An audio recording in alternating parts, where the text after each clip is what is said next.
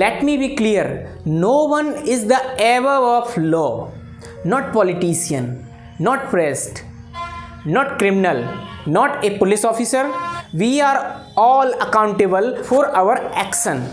ये कहना है एंटोनियो वेलाराइगोसा का। जी हाँ दोस्तों, उनका कहना है कि मैं यहाँ पर यह क्लियर कर दूँ कि कोई भी व्यक्ति कानून से ऊपर नहीं है, फिर चाहे वो पॉलिटिशियन हो, राजनेता हो, या कोई पुजारी हो, या कोई अपराधी हो, या फिर कोई पुलिस ऑफिसर हो। कोई भी व्यक्ति, सभी व्यक्ति अपने द्वारा किए गए कार्यों के लिए जिम्मेदार होंगे। ये कहना एंटोनियो वेलाराइगोसा का है। ये एक बहुत ही बड़े दार्शनिक और विधि के बहुत बड़े जानकार थे। तो नमस्कार दोस्तों, मेरा नाम है सौरभ कुमार और आप सभी का स्वागत है हमारे YouTube चैनल कानून वाला पर। इस वीडियो में हम लोग दंड प्रक्रिया संहिता अर्थात क्रिमिनल प्रोसीजर कोड का इंट्रोडक्शन जानेंगे, जिसमें हम लोग जानेंगे कि CRPC अर्थात क्रिमिनल प्रोसीजर कोड 1973 का इंट्रोडक्शन क्या होगा, अर्थात इसमें कुल कितने चैप्टर्स हैं, कुल कितनी धाराएं हैं और कुल कितने अनुच्छेद हैं। इसके साथ साथ हम लोग जानेंगे इम्पॉर्टेंट डेट्स कि यह अधिनियम सबसे पहले इतिहास में कब बना, उसके बाद बीच में कितने परिवर्तन हुए, कितने अमेंडमेंट हुए, और उसके बाद आज़ादी के बाद कब CRPC बनी और कब ये लागू हुई, कब राज्यसभा में पेश की गई और कब लोकसभा में पेश की गई। इसके साथ साथ दोस्तों हम लोग जानेंगे कंसेप्ट ऑफ CRPC कि ये कौन से कंसेप्ट पे काम करती है। इसके बाद हिस्टोरिकल बैकग्राउंड, इसके बाद टाइप ऑफ ऑफेंसेस, जो ऑफेंस होते हैं उनके कितने प्रकार होते हैं। इसके बाद how many trial and CRPC, तो CRPC के अंतर्गत किसी भी मामले को अंत तक ले जाने के लिए कितने प्रकार के ट्रायल होते हैं उनके बारे में जानेंगे। और सातवां पॉइंट हम लोग जानेंगे कि CRPC की प्रमुख विशेषताएं क्या हैं। जो 1973 की CRPC है उसकी प्रमुख विशेषताएं क्या हैं, उसके प्रमुख करेक्टरिस्टिक्स क्या हैं। इसके बाद आठवां CRPC के प्रमुख प्रावधान, और इस सब के बाद हम लोग जानेंगे कि हमारी वर्तमान CRPC में क्या क्या प्रमुख प्रावधान हैं जो किसी भी व्यक्ति को जानने बहुत ज़रूरी हैं, चाहे वो व्यक्ति वकील हो, एडवोकेट हो, लॉयर हो या कोई सामान्य व्यक्ति। क्योंकि कानून तो ये मान कर चलता है कि हिंदुस्तान में अगर आप रहते हैं तो आपको हिंदुस्तान के सारे कानूनों की जानकारी है, फिर आपको याद हो या ना हो। तो चलिए वीडियो को स्टार्ट करते हैं। सबसे पहले हम लोग जानेंगे कि इंट्रोडक्शन ऑफ CRPC 1973, जिसमें हम लोग जानेंगे कि इसमें कुल कितने अध्याय होते हैं। तो CRPC में कुल 37 अध्याय हैं। जो वर्तमान में CRPC प्रचलन में है उसमें कुल 37 अध्याय हैं। और दोस्तों ये जो क्वेश्चन है ये बहुत इंपॉर्टेंट हैं, क्योंकि किसी भी परीक्षा में, जो अभी शायद APO उत्तर प्रदेश होने वाला है, UP APO, और भी तमाम स्टेट के जो APO होते हैं, और PCS जो होता है या HJS होता है, उसमें CRPC तो 100% रहती है सिलेबस में। और उसी में से ये पूछे जा सकते हैं कि how many chapter in CRPC 1973, तो 37। कुल कितने अध्याय होते हैं CRPC में? 37। इसके बाद कुल कितनी धाराएं हैं CRPC में? 484 धाराएं हैं CRPC में। और IPC में कितनी धाराएं हैं? क्या आपको पता है कि IPC में कितनी धाराएं हैं? अगर आपको पता है तो कमेंट करके बताइए, नहीं पता तो बताते हैं। IPC में 511 धाराएं हैं कुल। इसके बाद अनुसूचियां, तो कुल कितनी अनुसूचियां हैं इसमें? 2 schedule in CRPC 1973। How many schedule? 2। सबसे बड़ा अध्याय जो है वो चैप्टर 6 है, जिसमें 30 सेक्शन है। तो ये तो हुई इसका छोटा सा इंट्रो कि 37 अध्याय, 484 धाराएं, 2 अनुसूचियां और सबसे बड़ा चैप्टर 6 जिसमें 30 सेक्शन है। इसके बाद हमारा पहला कंप्लीट हो गया इंट्रोडक्शन ऑफ CRPC। अब दूसरा प्रश्न बचा है कि इंपॉर्टेंट डेट्स, तो CRPC के संबंध में कौन कौन सी महत्वपूर्ण तारीखें हैं उनको जान लेते हैं, जो किसी भी एग्जाम में बहुत इंपॉर्टेंट है जुडिशरी के। सबसे पहली डेट आती है हम लोगों की, वो है 1955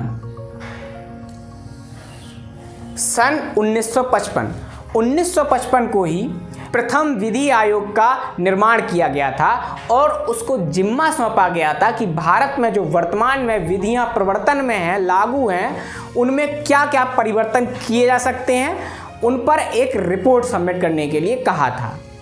तो प्रथम विधि आयोग ने वो रिपोर्ट सन 1958 के करीब सबमिट की थी, 59 के करीब, और तब जाके इस वर्तमान जो सीआरपीसी है इसका मसौदा तैयार किया गया और इसमें जो परिवर्तन किए गए वो किए गए। ठीक है, प्रथम विधि आयोग। उसके बाद दूसरी जो प्रमुख डेट है वो 12 दिसंबर सन 1973। 12 दिसंबर सन 1973 को सीआरपीसी का मसौदा लोकसभा से पास हो गया। तो लोकसभा से सीआरपीसी 1973 कब पास हुई? 12 दिसंबर 1973। इसके बाद अगली डेट है 18 सितंबर 1973। 18 सितंबर 1973 को सीआरपीसी राज्यसभा से पास हुई। तो राज्यसभा से सीआरपीसी का जो मसौदा था वो किस तारीख को पास हुआ? 18 सितंबर 1973। इसके बाद 25 जनवरी 1974, जी हाँ, 18 सितंबर 1973 के बाद से इस पर कोई काम नहीं हुआ। उसके बाद सीधा 25 जनवरी और 1974 को राष्ट्रपति ने इस पर साइन किए।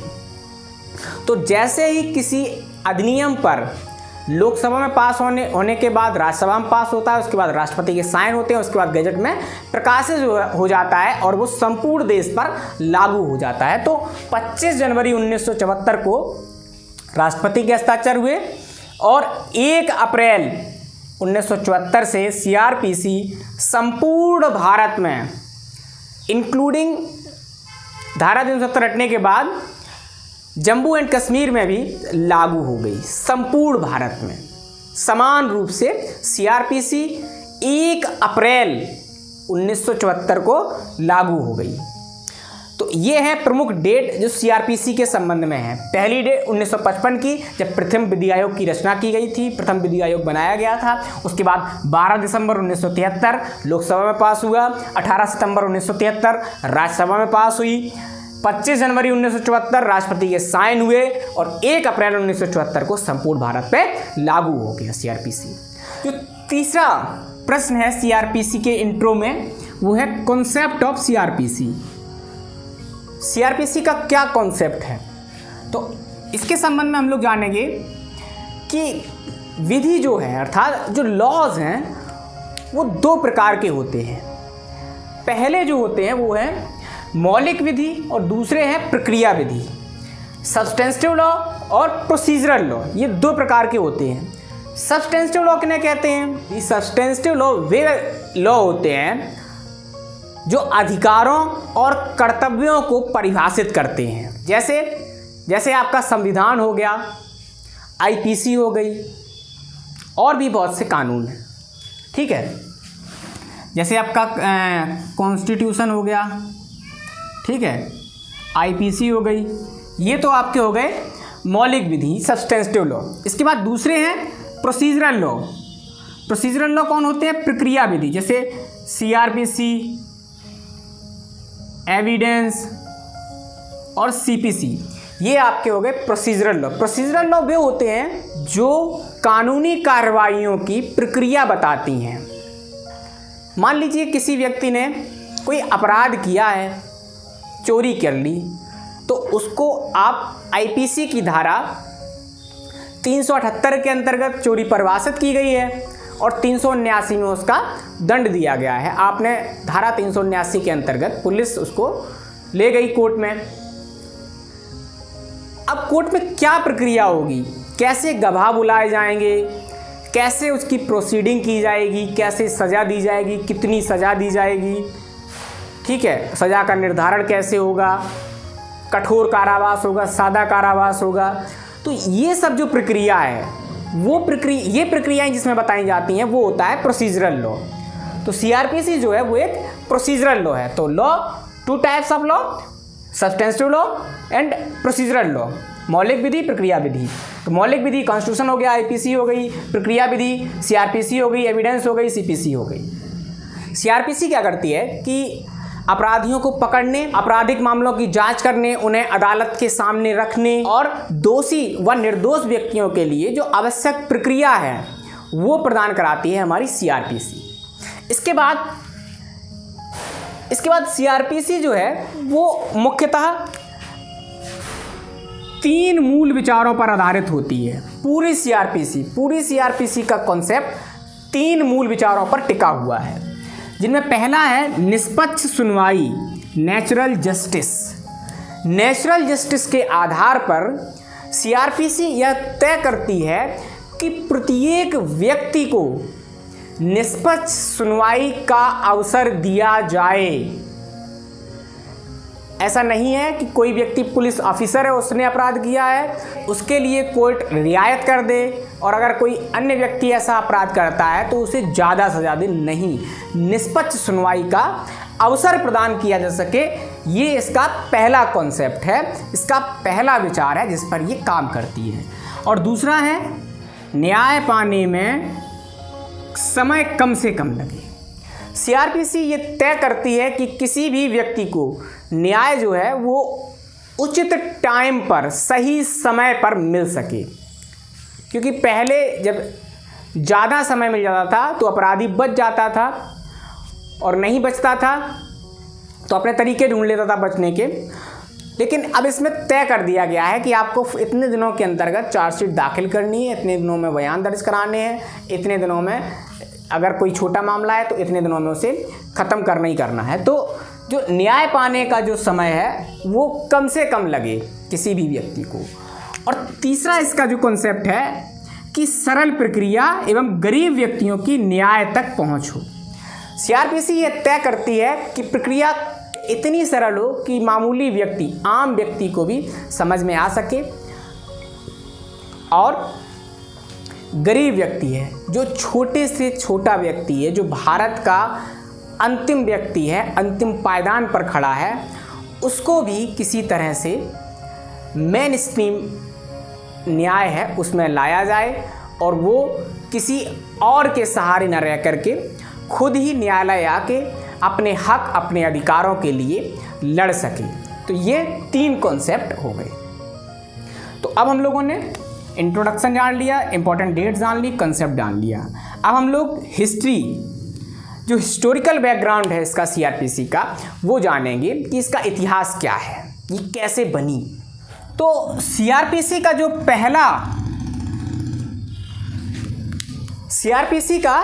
जो पहला संस्करण था वो 1861 में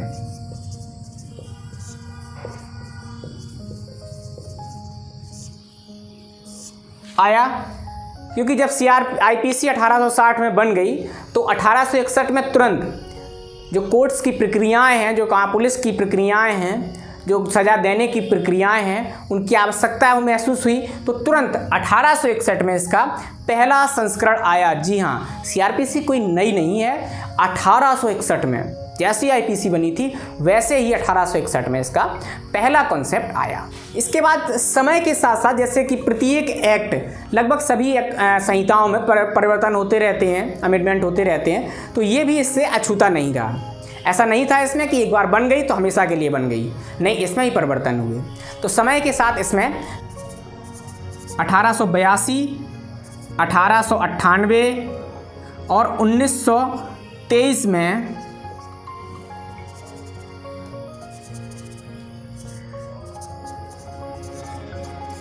महत्वपूर्ण परिवर्तन किए गए। तो 1882, 1898 और 1823 में परिवर्तन लगे कि करने चाहिए, वो परिवर्तन किए गए। इसके बाद क्या हुआ, जैसा कि हम लोग अभी पहले प्रश्न में भी जाने थे, इंट्रोडक्शन में या इम्पोर्टेंट डेट्स में, कि जब पहला विधि आयोग बना, प्रथम विधि आयोग बना, और प्रथम विधि आयोग ने क्या किया कि 1958 में अपनी रिपोर्ट सबमिट कर दी। जैसे ही 1858 में अपनी रिपोर्ट सबमिट कर दी, जो उन्होंने सुझाव दिए गए थे उन पर विचार करना चालू हो गया। तो इसी तरह से उन पर विचार होता रहा, आगे समितियां बनती रहीं, सीआरपीसी में क्या क्या परिवर्तन होने चाहिए, दूरदर्शी जो सोच थी हमारे विधिवेत्ताओं की वो उसमें अप्लाई हुई। तो धीरे धीरे उसमें टाइम लगना शुरू हुआ और टाइम इतना लग गया कि पहले विधि आयोग से 5वें विधि आयोग 41वें रिपोर्ट के आधार पर संसद में सीआरपीसी 1973 पारित हुई। तो क्या हुआ कि देखो, सबसे पहले 1861 में इसका पहला संस्करण आया, क्योंकि आईपीसी बन गई थी तो उसके तुरंत उसके प्रोसीजर के लिए सीआरपीसी लानी थी, तो 1861 में आ गई। इसके बाद इसमें जैसे कि हर एक एक्ट में होता है परिवर्तन किए जाते हैं, तो इसमें ही परिवर्तन किए गए 1882, 1898 और 1923 में जो महत्वपूर्ण जो मेजर परिवर्तन थे वो किए गए। इसके बाद क्या हुआ, 1858 में जो प्रथम विधि आयोग था उसने अपनी रिपोर्ट 1858 में दी। तो उस रिपोर्ट में क्या हुआ कि उस पर विचार होना चालू हुआ और इस पर विचार होते होते इतना टाइम लग गया दोस्तों कि 1858 से सीधे 1973 इतना समय लग गया। और पहले विधि आयोग से 5वें विधि आयोग की 41वें रिपोर्ट, पहला विधि आयोग खत्म हुआ, दूसरा, तीसरा, चौथा और 5वां जब विधि आयोग आ गया और उसकी भी 41वीं रिपोर्ट, 40 रिपोर्ट में अमेंडमेंट होता रहा, 41वीं रिपोर्ट आई, तब जाकर कहीं संसद में जो वर्तमान सीआरपीसी है उसका ड्राफ्ट पेश किया गया होगा और 1973 में वो पारित हुई। ये तो हो गया इसका हिस्टोरिकल बैकग्राउंड। अब हम लोग टाइप ऑफ ऑफेंसेस देखेंगे कि ऑफेंस के प्रकार कितने होते हैं। तो दोस्तों हम लोग यहाँ पर आईपीसी के according offences of type of offences नहीं देखेंगे, हम लोग देखेंगे सीआरपीसी के अनुसार कौन कौन से ऑफेंस होते हैं। तो सीआरपीसी में मुख्यतः हम लोग बात करेंगे ऑफेंस में, पहला जो है वो इसमें 4 तरह के ऑफेंसेस बताए गए हैं, ठीक है, 4 टाइप। तो 4 टाइप में जो पहला प्रकार है वो है संज्ञेय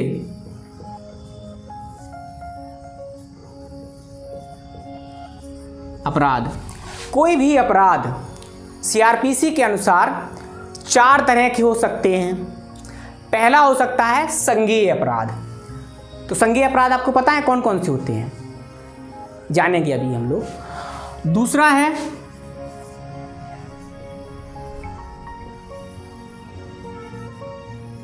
असंज्ञेय अपराध,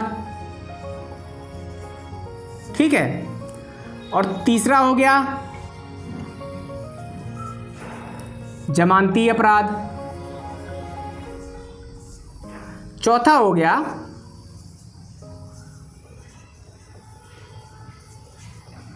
अजमानतीय अपराध या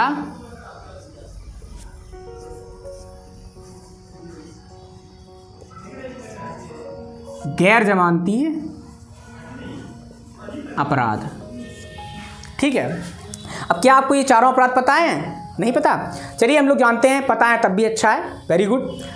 संज्ञेय अपराध वे अपराध होते हैं जिन अपराधों के करने पर पुलिस किसी भी व्यक्ति को बिना वारंट के गिरफ्तार करती है। जैसे कहीं मेंशन तो नहीं है सीआरपीसी या आईपीसी में, लेकिन सजा के माध्यम से हम आपको समझाते हैं कि जो भी अपराध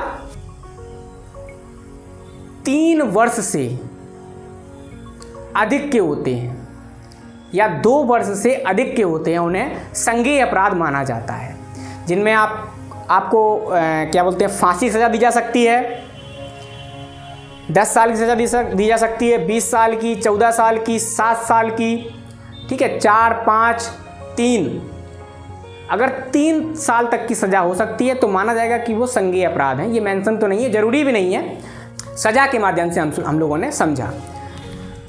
दूसरा, असंज्ञेय अपराध। असंज्ञेय अपराध वे अपराध हैं जो संज्ञेय नहीं है, अर्थात जो कम खतरनाक अपराध हैं, जिनमें सज़ा 2 साल से कम दी जाती है, वे असंज्ञेय अपराध हो गए। इसके बाद जमानती अपराध। जमानती अपराध वे अपराध होते हैं जिनमें कोई भी व्यक्ति अदालत से जमानत को अपने अधिकार के रूप में मांग सकता है कि आप हमें जमानत दीजिए, ये मेरा अधिकार है, और इसमें पुलिस भी मुचलका के आधार पर छोड़ सकती है। इसके बाद गैर जमानती अपराध कौन होते हैं? गैर जमानती अपराध या अजमानती अपराध वे अपराध होते हैं जिनमें आप जमानत अपने हक अधिकार के रूप में नहीं मांग सकते।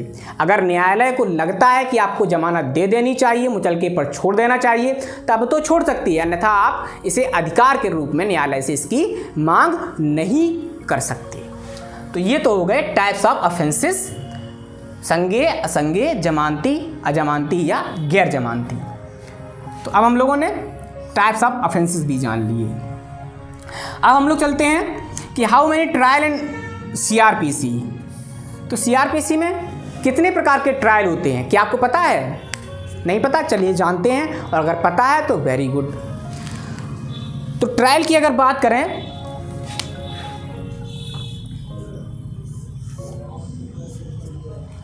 तो सीआरपीसी में ट्रायल जो है वो 4 टाइप्स, 4 प्रकार के ट्रायल होते हैं। ठीक है, पहला होता है सेशन ट्रायल। क्या आपको पता है सेशन ट्रायल क्या है? अभी जानेंगे। दूसरा होता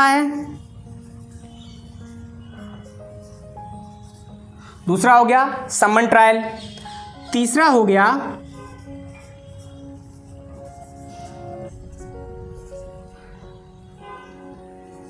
वारंट ट्रायल, और चौथा हो गया समरी ट्रायल। तो ये 4 तरह के ट्रायल होते हैं: सेशन ट्रायल, समन ट्रायल, वारंट ट्रायल और समरी ट्रायल। अब हम लोग इनको जानते हैं कि ये होते क्या हैं। सेशन ट्रायल जो हैं ये वे ट्रायल होते हैं जिनमें मौत की सज़ा दी जाती है, ठीक है, या 20 वर्ष या आजीवन कारावास या 10 वर्ष या 7 वर्ष से अधिक। ऐसे मामले जिनमें 7 वर्ष से ज़्यादा की सज़ा दी जाती है उनका सेशन ट्रायल किया जाता है, या फिर जिन मामलों को मजिस्ट्रेट अग्रेसित करता है, मजिस्ट्रेट आगे भेजता है, ये भी सेशन ट्रायल होता है। ठीक है। दूसरा, अब आगे आपका समन ट्रायल। समन ट्रायल क्या होते हैं? समन ट्रायल वे होते हैं जिनमें 2 वर्ष से कम की सजा हो, या जो सेशन ट्रायल ना हो।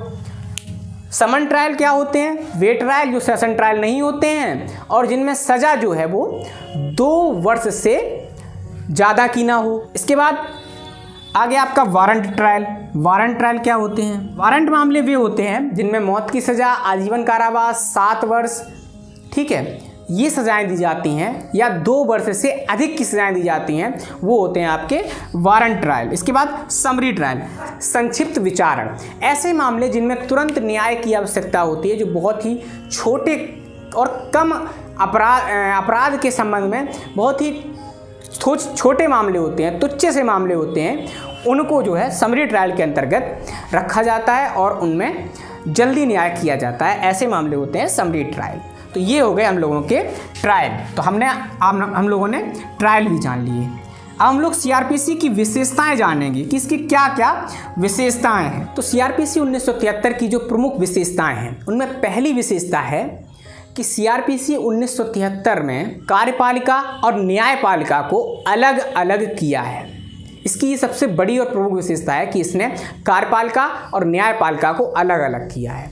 इसकी दूसरी प्रमुख विशेषता है इसमें आरोप पत्र दाखिल करने के लिए, अर्थात जो चार्जशीट है वो न्यायालय में दाखिल करने के लिए 60 दिनों का वक्त दिया है पुलिस को।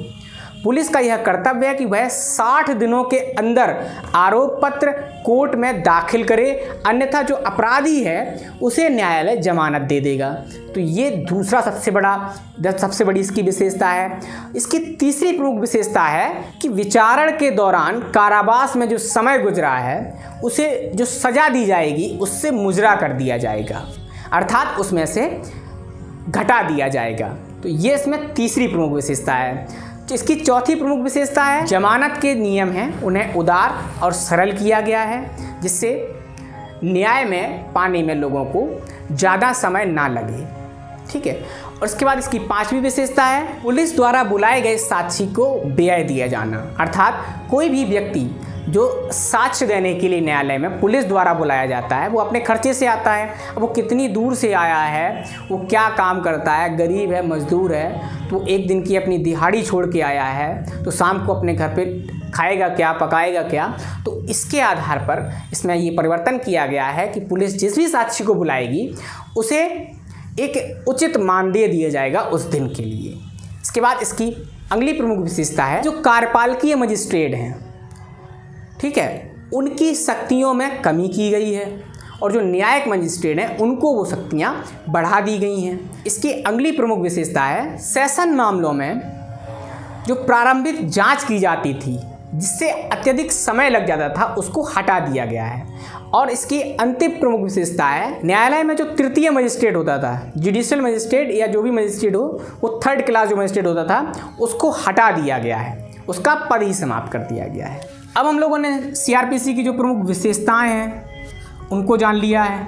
अब हम लोग चलते हैं लास्ट, हमारा जो 8वां प्रश्न था सीआरपीसी को जानने के संबंध में कि सीआरपीसी 1973 के प्रमुख प्रावधान क्या है। इसमें कौन कौन से ऐसे प्रमुख प्रावधान हैं जिनको प्रत्येक व्यक्ति को जानना बहुत ज़रूरी है। तो इनमें जो सबसे पहला और प्रमुख प्रावधान है वो है कि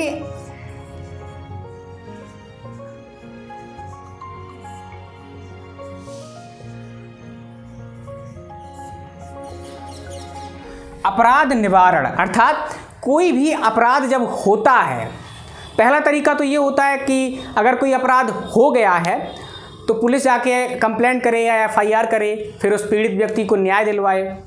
दूसरा तरीका ये है कि अपराध होने से ही रोक दिया जाए, अपराध का निवारण ही कर दिया जाए, वे घटक ही हटा दिए जाएं जिनसे अपराध होने की संभावना है। तो अपराध का जो निवारण है कि अपराध को ही खत्म कर दिया जाए, अपराधियों को नहीं, अपराध को ही खत्म कर दिया जाए। तो उस पर सीआरपीसी में प्रमुख प्रावधान किए गए हैं। वो कौन कौन से प्रावधान हैं जो कहते हैं कि अपराध का ही निवारण कर दो। तो उनमें है सेक्शन 106 से 124, धारा 106 से 124 तक में अपराध निवारण के लिए प्रावधान है। अब इसमें क्या है वो हम आपको नहीं बताएंगे, आप जाके थोड़ा देख लीजिए अपने तरफ से भी। और दूसरा धारा 129 से 132 तक, इसमें भी अपराध निवारण के संबंध में प्रावधान है। धारा 144 से 153, जो धारा 144 है उससे लेके 153 तक में ही प्रावधान है। 144 तो आपको पता है, जो धारा 144 लागू होती है कि धारा 144 लागू है, 4 लोग इकट्ठे नहीं हो सकते, वो धारा 144 यही है, सीआरपीसी की ही धारा। ठीक है। तो ये जो है अपराध निवारण के बारे में प्रावधान करती है कि अपराध को होने से ही रोक दिया जाए। दूसरा इसका प्रमुख प्रावधान है बच्चों,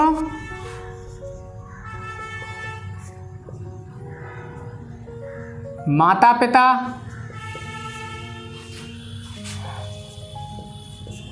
और पत्नी के भरण पोषण का प्रावधान, धारा 125 से 128।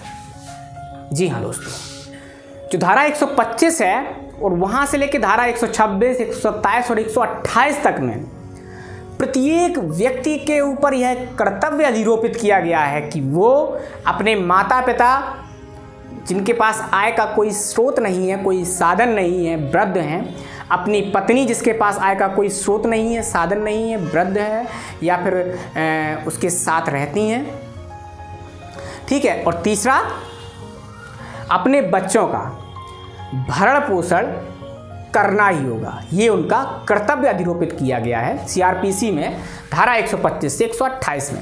ये इसका प्रमुख प्रावधान दूसरा है। इसका तीसरा प्रमुख प्रावधान है पब्लिक न्यूसेंस, धारा 133 से 143। धारा 133 से 143 में पब्लिक न्यूसेंस के बारे में बताया गया है। इसका प्रावधान है कि इसको कैसे हटाया जाएगा और क्या पब्लिक न्यूसेंस होगा। इसके बाद चौथा प्रमुख प्रावधान है इनहेरिएंट पावर्स ऑफ हायर कोर्ट्स, धारा 482।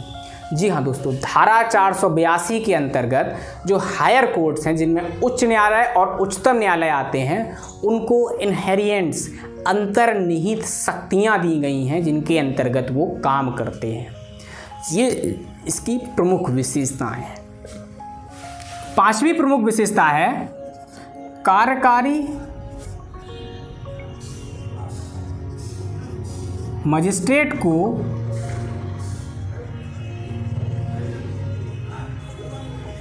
आपातकालीन स्थिति में आदेश देने की शक्ति, धारा 144। जी हाँ दोस्तों, जो कार्यकारी मजिस्ट्रेट है उसको धारा 144 के अंतर्गत यह अधिकार दिया गया है कि अगर आपातकालीन स्थितियां बन रही हैं उसके क्षेत्र में, तो वह आदेश दे सकता है, धारा 144 लागू करवा सकता है कि कोई भी व्यक्ति घर से बाहर ना निकले, ज़रूरी काम हो तभी निकले, 4 लोग इकट्ठे ना हों, जिससे दंगा, आगजनी, हत्या जैसे गंभीर अपराध रुक सकें। तो ये इसकी पांचवी प्रमुख विशेषता है। इसकी छठवीं प्रमुख विशेषता है उच्चतर न्यायालयों के पुनरीक्षण का अधिकार, 397 से 405। जी हाँ दोस्तों, धारा 397 से 405 तक में जो उच्चतर न्यायालय हैं, हाई कोर्ट्स और सुप्रीम कोर्ट, इनको पुनरीक्षण, रिवीजन का पावर दिया गया है। किसी भी मामले का पुनरीक्षण करना या उसका रिवीजन करने का अधिकार वो सीआरपीसी ही देती है। ऐसा नहीं है कि उनके पास अपने आप में निहित होता है, नहीं, उन्हें सीआरपीसी की धारा 397 और 405 तक में इन सेक्शंस में अधिकार दिया गया है कि वो किसी भी मामले का पुनरीक्षण कर सकते हैं, रिवीजन कर सकते हैं। तो ये अधिकार उन्हें इसी के द्वारा दिया गया है। तो यहाँ पर हम लोगों ने सीआरपीसी के संबंध में, इसके इंट्रोडक्शन के संबंध में जो 8 प्रमुख प्रश्न थे जो किसी भी परीक्षा में पूछे जा सकते हैं जुडिशरी की, और इससे जो ऑब्जेक्टिव प्रश्न बन रहे थे, उन सभी प्रश्नों को कवर करने की कोशिश की है। अगर फिर भी कोई प्रश्न छूट गया है, आप कुछ पूछना चाहते हैं, तो आप कमेंट करके पूछ सकते हैं, मैं आपको अवश्य जवाब दूंगा। और आपको यह वीडियो कैसा लगा आप कमेंट करके ज़रूर बताइए। मिलते हैं अगले वीडियो में, तब तक के लिए अपना ख्याल रखें। धन्यवाद। जय हिंद।